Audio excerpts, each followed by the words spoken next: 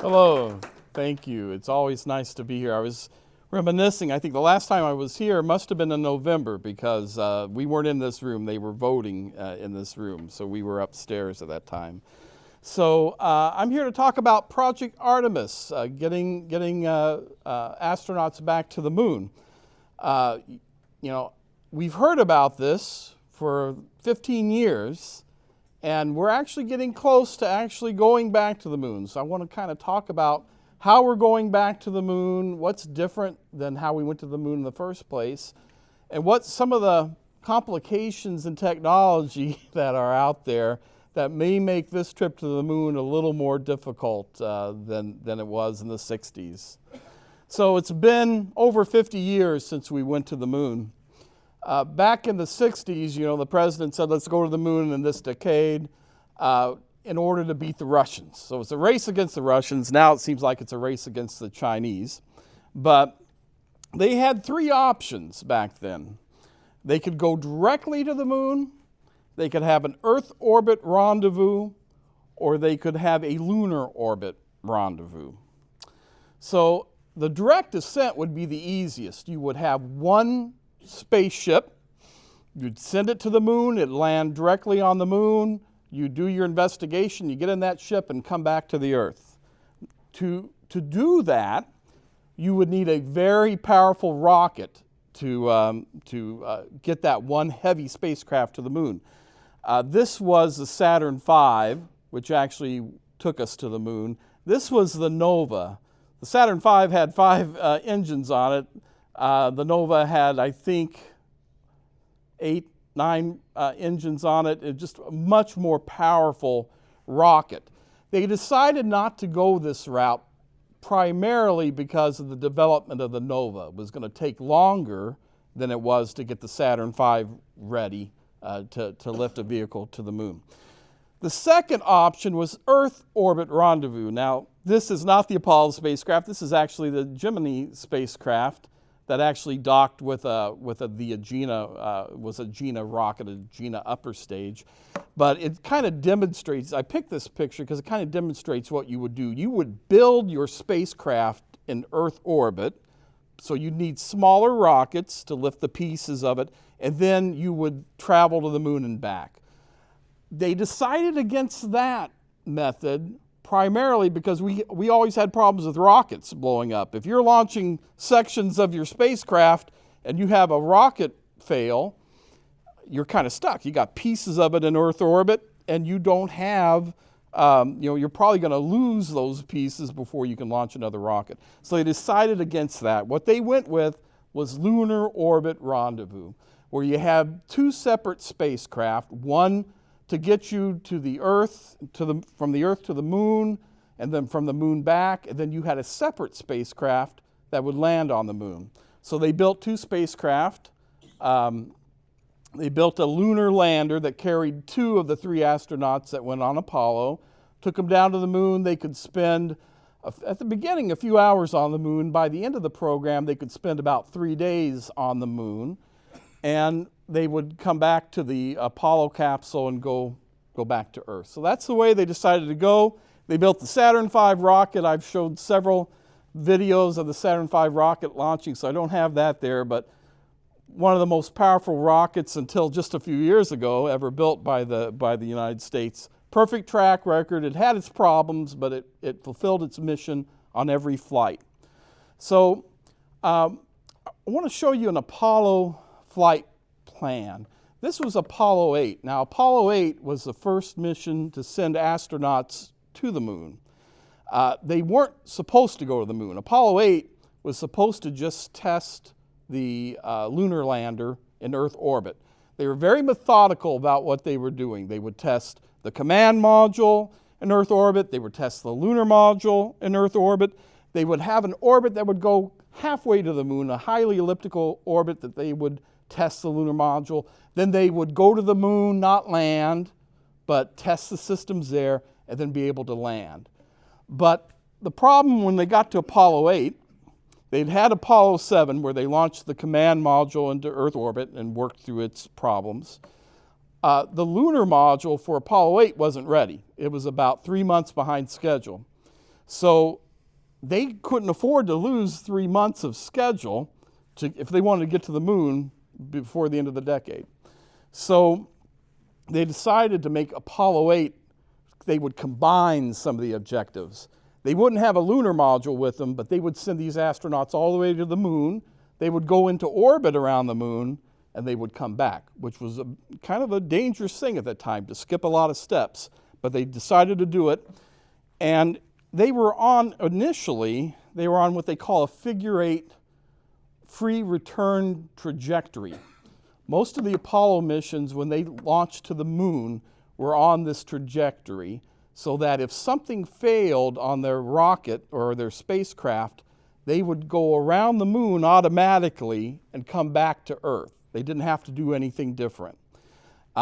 As they got closer to the moon, they would actually fire their engines to put them in the spot where they wanted to be to enter the moon's orbit. That's why on Apollo 13, the famous mission that failed, they had gotten off that free return trajectory, were getting ready to prepare to get closer to the moon when they had the explosion on Apollo 13. So the first thing they had to do was get back into that free return trajectory so that if anything went wrong, they could at least get back to Earth. And they did that. They used their engines to kind of speed that up a little bit later. But we'll talk about this in a minute, because that's how our next flight of Artemis 2, is going to go to the moon. It's going to go on that free trajectory, that free return trajectory. It's not going to go and orbit the moon. It's going to go around the moon and come back. But more on that, I'm skipping ahead there. So this was the Apollo command module. So the 3 astronauts, this is the only part of the ship that returned to Earth. This is a service module that had the huge engine on it that was able to put it into the moon's orbit and get it back out of the moon's orbit back to Earth. So this little piece was the only part that came back to Earth. This is a picture of the lunar module. I think this is Buzz Aldrin walking down. He's going to get on the ladder and walk down. Buzz Aldrin on the moon there, famous photo. We ended up going to the moon successfully 6 times. Landed on the moon 6 times, 12 different astronauts walked on the moon. Very few of them still alive today. It's been a long time, so it's about time we go back to the moon. These are if you look, we kind of landed in the center area. Apollo 15 was a little odd. It landed in the mountains, which was a cool place to land. But pretty much it was easier to get to the center area of the moon. One thing we've learned is that there's a lot of water on the moon. All the samples the astronauts brought back had no water in them, but we would send spacecraft past the moon on the way to the planets, and they would detect water. Turns out there's a lot of water in the craters of the moon, at the south end of the moon and the north end of the moon. So when we go back to the moon, we are going to land in the southern area of the moon. Because if you can land near water, you can establish a base. You can take that water and that water ice and turn it into drinking water, turn it into hydrogen and oxygen for fuel. A lot of benefits from going to the south part of the moon. The last 3 missions were the J missions of Apollo. They improved the Saturn V's thrust. They were able to carry, here's the lunar rover. They carried a lunar rover on the moon. It allowed the astronauts to travel much further, spend 3 days on the moon. Those are still there.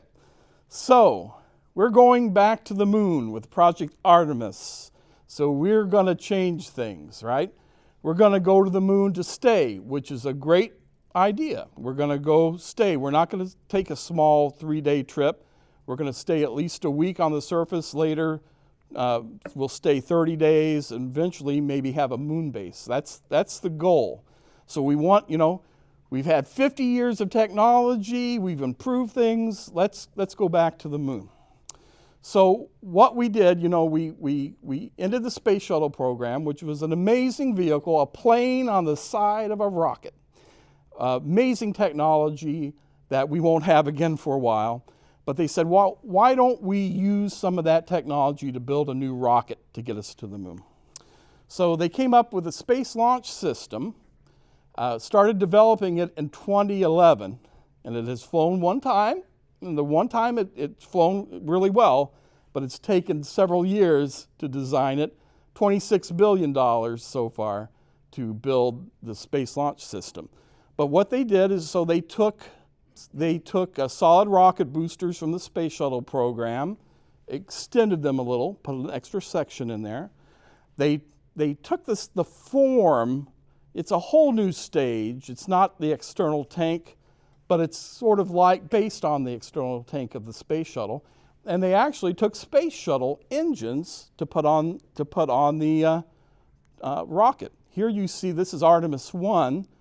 These are actual Space Shuttle engines that have pushed Space Shuttles up into orbit. They have 16 of these that they've refurbished. So they used 4 on the first flight. They've got 4 ready for Artemis 2. They've got 8 more, and they've updated them. They've updated the computers on them, but they are building new Space Shuttle engines that, so they're based on the Space Shuttle design, but they're not made for reuse. You know, the Space Shuttle engines were made to be reused. Don't need that for Artemis because you're not recovering anything. You're not even recovering the solid rocket boosters. You're throwing it all away. I should say it has a second stage on it.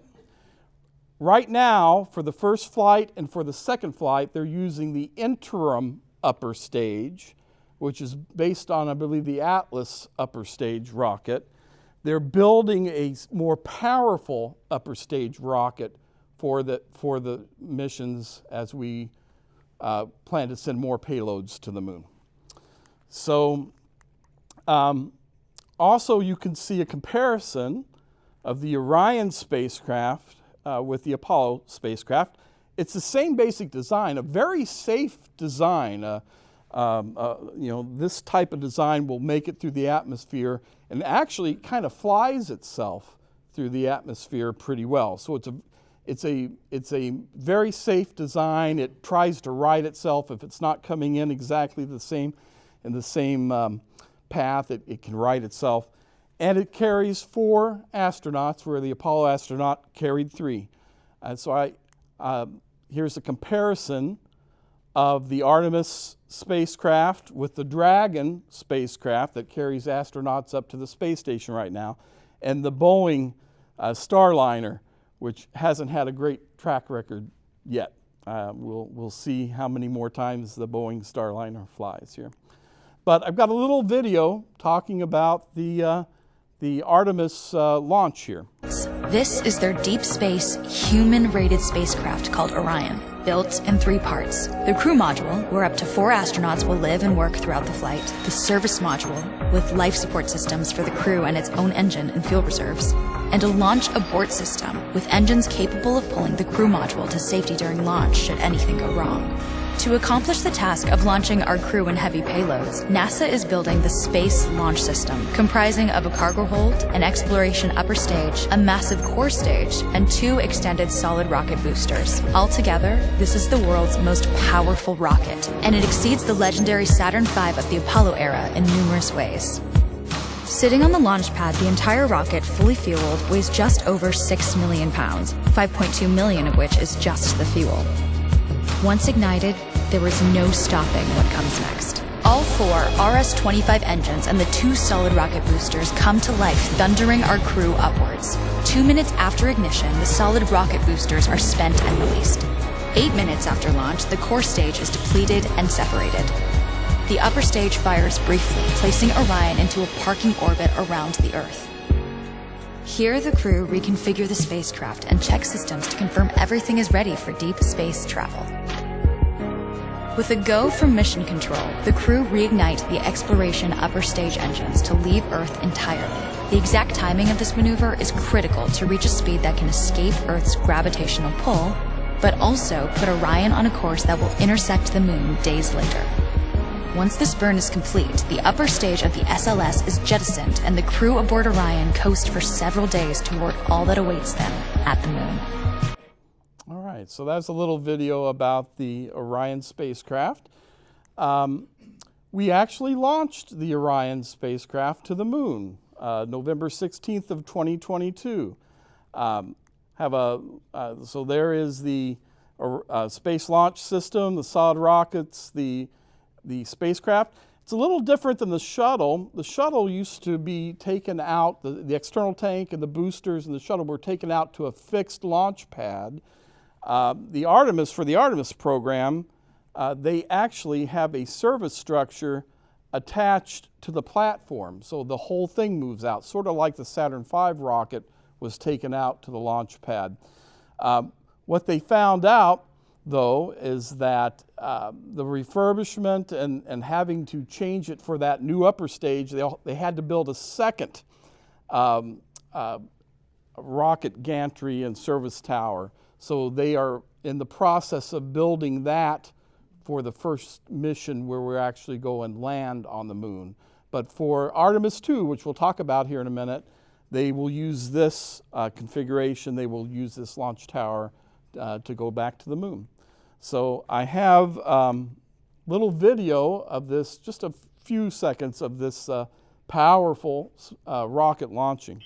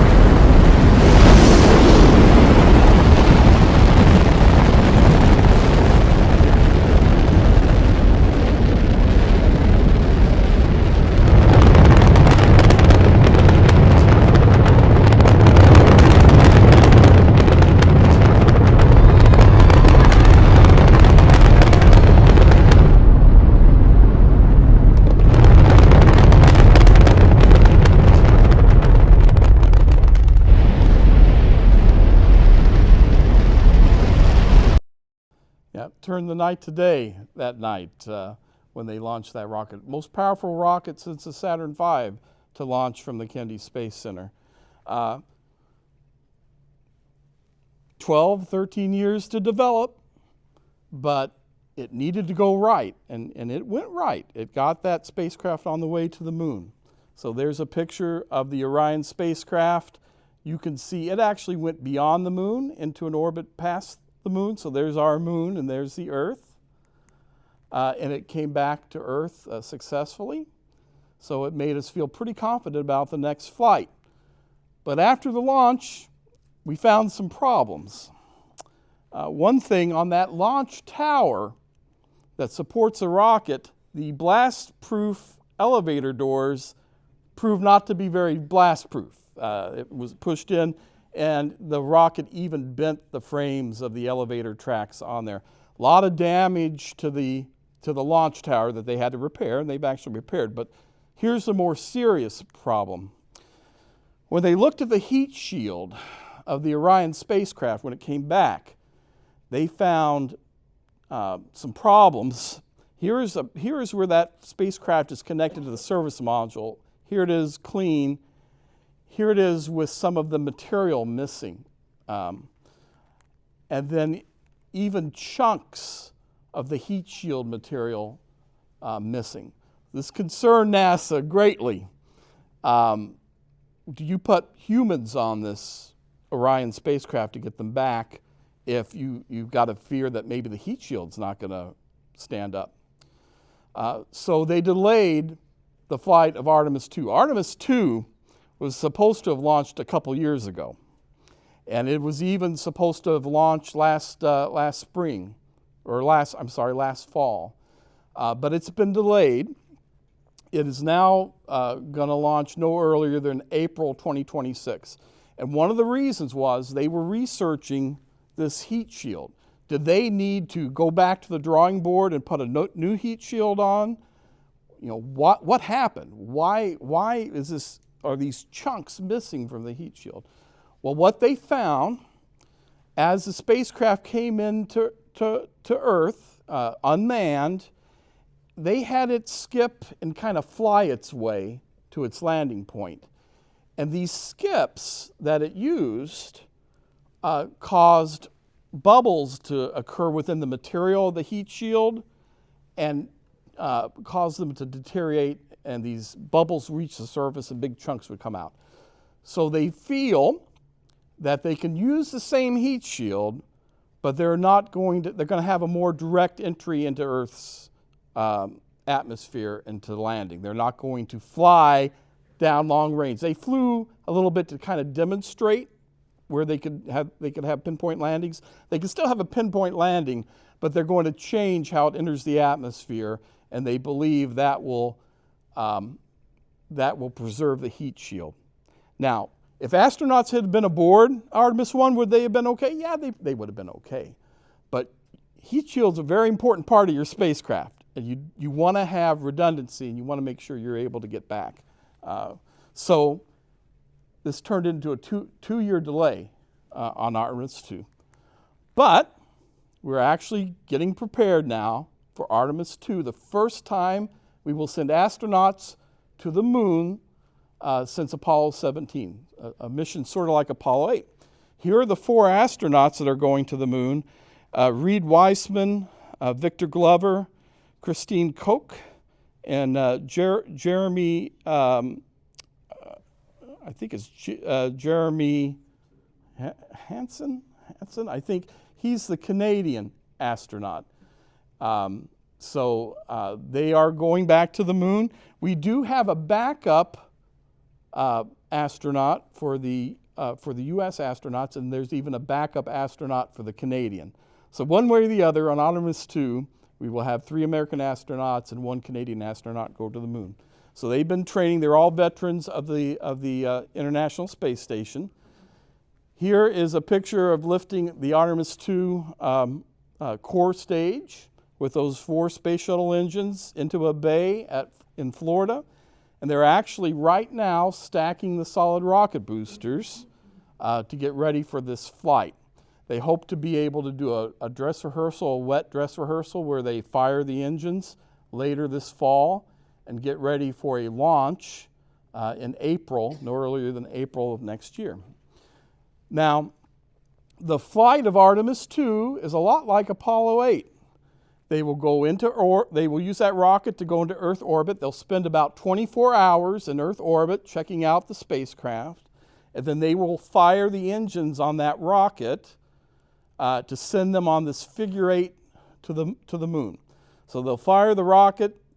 They'll drop that stage, that second stage they don't need anymore. They'll go to the moon. They're not going to orbit the moon like Apollo 8. They're going to go around the moon and come back and land. So it's about a 10-day mission.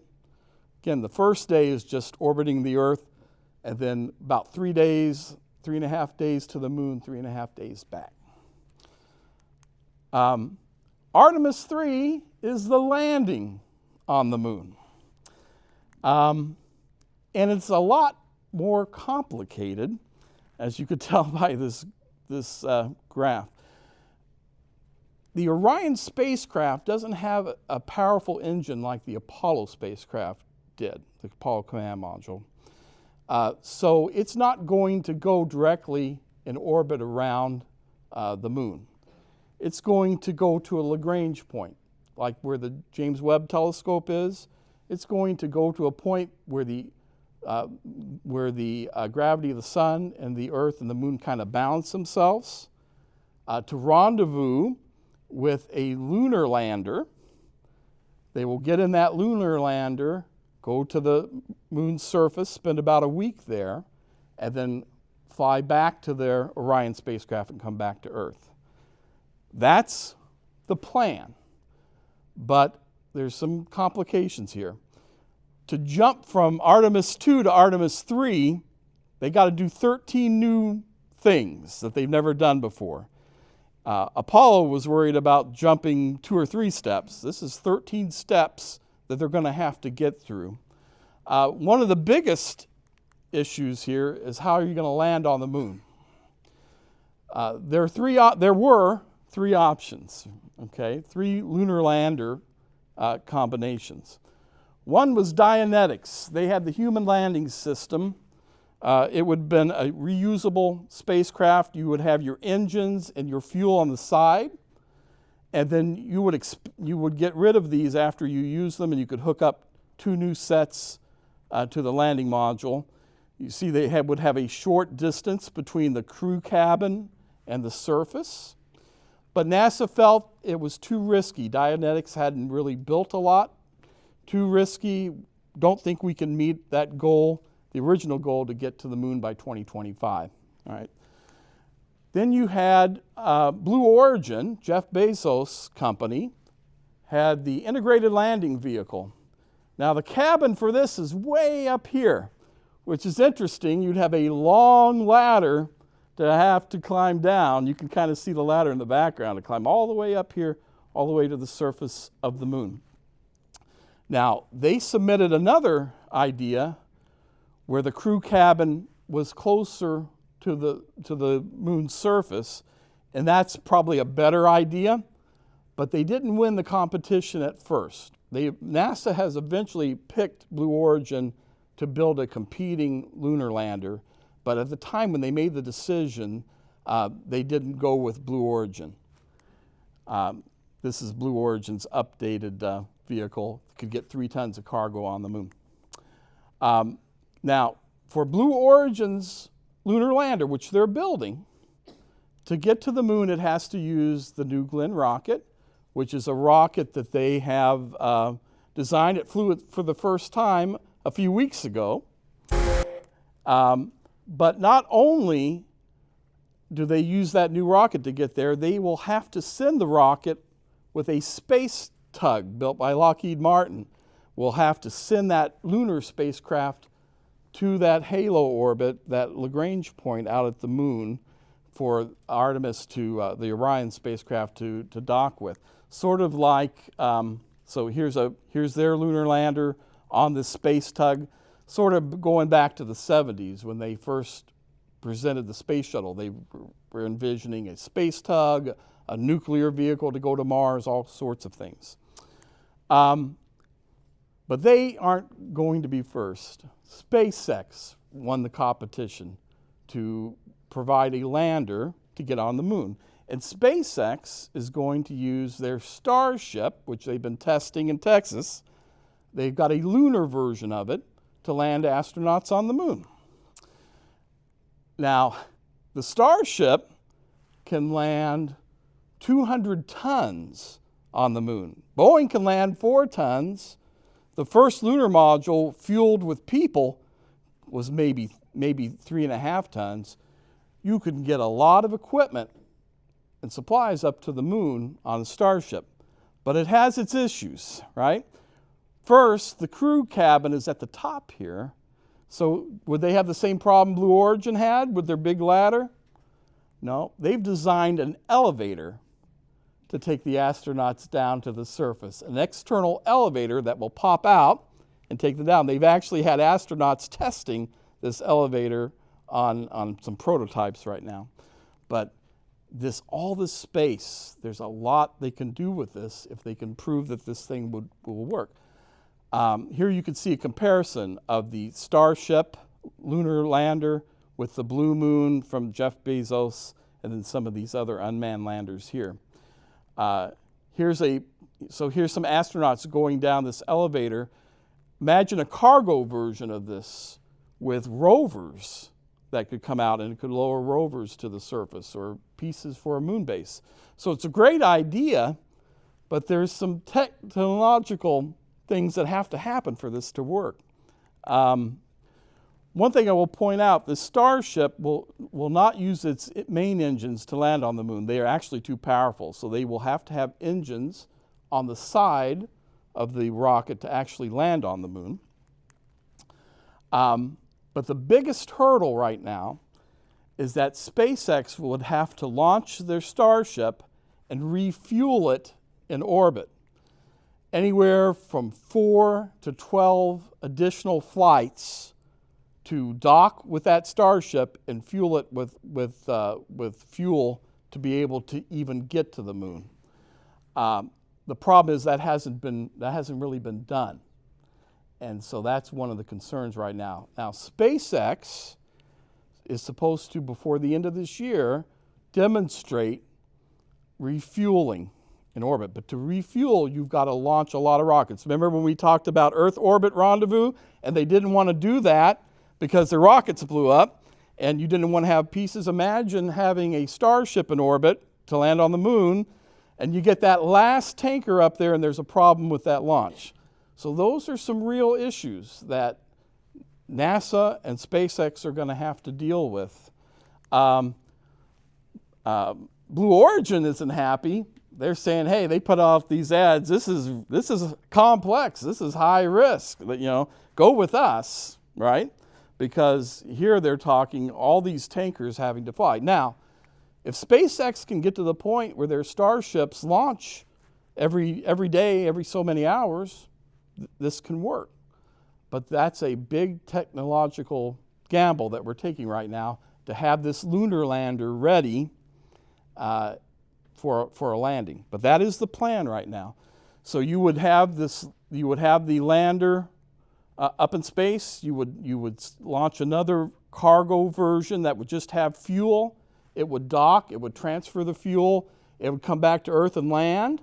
SpaceX is all about reusability. So you would reuse that vehicle, fill it up with fuel again, launch again and again and again until you had enough fuel to take yourself to the moon. Another artist impression of fueling that Starship. Now, I will say this, up on the International Space Station right now, we're working on ways to have fuel, make fuel not boil off. That cold fuel, if you take it up into space, eventually, unless you have a lot of insulation, it's going to boil off. It's going to get warmed up, and you're going to lose it. So they're working on ways to not lose that fuel, to keep it steady long enough to use it for the engines. So they are working. NASA is working on that. But let's say you can manage that. Then you would take the Orion up on Artemis 3. You would dock with the SpaceX lunar lander. You get to the moon, and you would be able to use it to land. I will show the video. This is SpaceX. This is their testing of their Starship and their reusable Super Heavy booster. Now, I will give this to them. They've not spent $26 billion, and they've not spent 11 years working on this. They are big on build it and fix it. Build it. If you have a failure, you have a failure. Fix the problem. So I will hand it to SpaceX. They are good at that. Here's a little video of their last test flight just a few weeks ago. 5, 4, 3, 2, 1. The engines on this super booster. Reusable system, both the first stage and the second stage, fully reusable. Vehicles pitching downrange.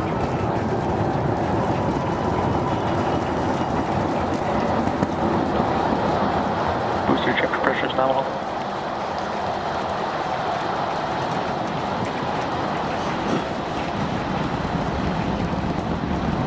All right, we're more than 30 seconds into flight. Telemetry showing 33 out of 33 engines as it's pitching downrange. Booster, chip, avionics, power, and telemetry nominal. Hearing good call-outs on the ship and booster avionics. You just heard the rumble hitting us about 6 miles away. Watching Starship arc into just endless blue skies right now. Vehicle supersonic. More than a minute into flight, the vehicle's supersonic. Cut off. Engine startup. Most engines cut off, down to those Stage middle separation. 3. Cruise port press. startup.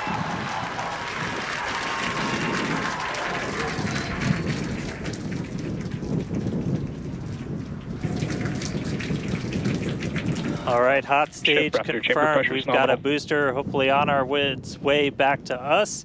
For attempting to catch the booster at the tower. This would be the second tower catch. Booster Landing burn. Seeing 13 engines. Booster now hovering as it aligns with the tower for catch. Booster coming in. Get ready for that boom, Kate. Down to 3 engines. Booster landing burn shutdown. Negative, I caught the booster. Now, that's how you achieve that. If you can reuse if you think of it as like a jetliner and you reuse that vehicle, you land it on the launch pad, you set it down on the launch pad, you refuel it, and you go again. The issue is, can they achieve that in just a few years, or is it going to take them several years to perfect? And that's some of the concern about that lunar lander being ready. And part of the reason they made a contract with Blue Origin to build a lander too. As I said, SpaceX is supposed to demonstrate fuel transfer this year. And before they send astronauts, before they send that spacecraft for astronauts to land, they are supposed to land an unmanned version on the moon to demonstrate that they can land on the moon safely. So some technology that has to be achieved to be able to do that. I mean, SpaceX has come a long way. That's amazing to catch the rocket and reuse that rocket, but you have to demonstrate that you can do it consistently. So we're in it for the long haul. Part of the plan for Artemis is to build a space station in that lunar, that Lagrange point, so that you would park your lunar lander at that space station. It wouldn't be permanent. It wouldn't be a permanently crewed station like the International Space Station. You'd have a crew up there for maybe 60 days. You would have your spacecraft, you would have your lunar lander dock, you would take an Orion and you would dock there, you'd get prepared, you'd get in your lunar lander, go to the moon, come back to that station, and then get on your Orion to come back to Earth, which is more permanent than anything we did in the Apollo days. One of the issues, it's maybe a third the size of the International Space Station out at the Lagrange point too.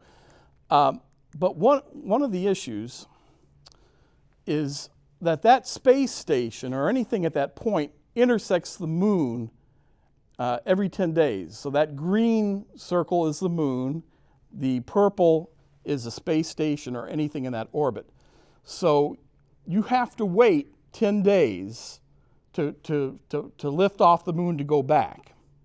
It's just like going to Mars. If you are on a rocket and you're going to Mars, you can't just turn around and come back to Earth. So you're going to have the same constraints that you would on a mission to the moon, in that you can only land when the space station or the lunar lander is closest to the moon, and you can only launch back from the moon when that space station is at its closest point. So that's a little more complicated with Apollo. With Apollo, they could have always launched back. You had a command module with an astronaut orbiting the moon, and they could always, at least you could stay there until you went, fired your engine and got back to Earth. So that's another concern about this plan. A lot of countries have signed up to build modules for this mini space station. There's a view of the Starship. Compared to the space station, the Starship is even much larger than what the space station is going to be. But here's the plan right now. We had Artemis 1, Artemis 2 will be a crew of 4 on a 10-day mission to the moon as early as April of next year. We don't need a lunar lander because we're not landing. Artemis 3 has a 2-person landing on the moon, 2-person crew landing on the moon for a week. Artemis 4 will take pieces of that space station to orbit and have a landing with a Starship lander again. Artemis 5 would use Blue Origin's lander for the first time, and they would carry the Lunar Terrain Vehicle, which is like a car, like a Jeep. Artemis 6 would take more pieces of that space station and land on the moon. Artemis 7 would carry the lunar cruiser, and then Artemis 8 would start building a moon base. So that is the plan right now. This is the Lunar Terrain Vehicle, almost the same kind of design. I know it's hard to see, but almost the same kind of design as the lunar rover that we used in Apollo. Here's the lunar cruiser being built by Toyota in Japan. It is a space where it is pressurized. They would get into their spacesuits from within the vehicle, so that one thing about the spacesuits on Apollo, when they would come back in their vehicle, they would have moon dust all over the cabin. So the spacesuits would actually connect to the back of this rover. They would get in them from inside, and when they came back to the rover after their spacewalk, they would connect the spacesuit and they would be in the pressurized environment. So you would need something like a Blue Origin lander, unmanned lander, or even a Starship to put this thing on the moon. But these are some great plans for our trip to the moon, and there's even Lockheed did a study of how you could take a Starship lander, lower it down, cover it with dirt from the moon, regolith, and make it use that space and have it be part of a base if you wanted to build a base on the moon. So we're talking about going back to the moon to stay this time. We are in a race right now with China, and it is too close to call right now with all of the technology that has to be done to be able to get there. We, in Apollo, we did it as fast as we could, as safe as we could. We still lost astronauts in Apollo, but they took it methodically and they tried to do it as simple as possible. And while these are great ideas here, they're not as simple as possible to get back to the moon. But I hope we are successful, because we want to start at the moon and eventually go to Mars and test out all this technology on the moon so that we can send a crew and feel good about their safety. And maybe you build a Mars spacecraft and you dock it to that lunar space station and test it out for a year. Make sure it's good, then you refurbish it and you launch from that space station on a voyage to Mars. So that is my presentation. Thank you for your attention. I would be happy to answer any questions if you have any questions. Yeah. This is